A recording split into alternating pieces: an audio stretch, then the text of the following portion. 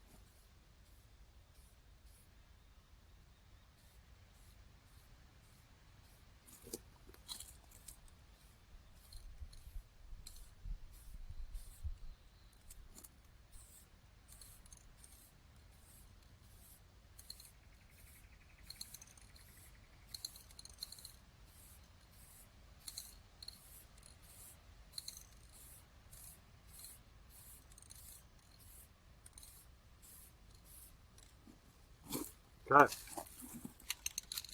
And that will do us for our first coat. I'll leave this for 45 minutes hanging inside, away from the wind, and we'll come back and do a second coat.